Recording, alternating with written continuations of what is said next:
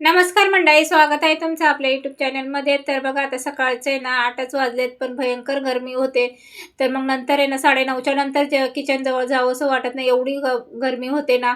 म्हणून म्हटलं लवकरच स्वयंपाक बनवून घेते आणि माझं बाकीचे मग मग कामं करायचे असतात. कपडे भांडे लादी राहते कामाचे.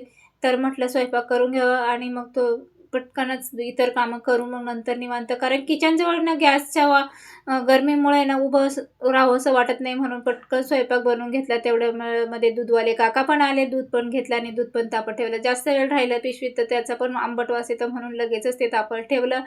आणि 2 दिवसापूर्वी मी ना उडदाचे पापड बनवले होते आणि ते पापड पण चांगल्या प्रकारे सुकले होते.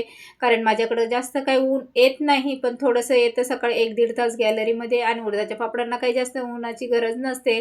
तर मग त्यात ठेवले होते आणि चांगले फॅनखाली ठेवले होते सकाळी ओपन करून ते मी कपड्यावर. तर आता ते म्हटलं तर लगेचच जेवण बनून झालं, दूध तापून झालं आणि लगेच हॉलमध्ये आले. एवढी गरमी झाली होती ना, कसं तरी वाटत होतं. मग म्हटलं चला पापड तरी आटोप्याला लावून ठेवावे. मग लगेच सगळे पापड मस्त डब्यामध्ये भरून ठेवले आणि मग गरमी झाली म्हणून मग मी लगेचच बेडरूममध्ये गेले. कारण तिथे ना 5-10 मिनिटं मी थोडंसं एसी लावला. तहान लागली होती खूप, तर मग थोडंसं पाणी पिले आणि लगेच तिथे जाऊन बसले. तेवढ्यात माझा सिद्धू पण आला.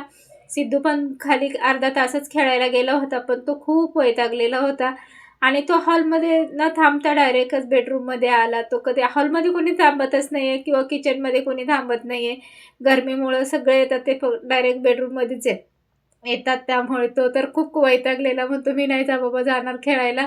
खूप गरमी होते, तर तो लगेच कासावीस झालेला.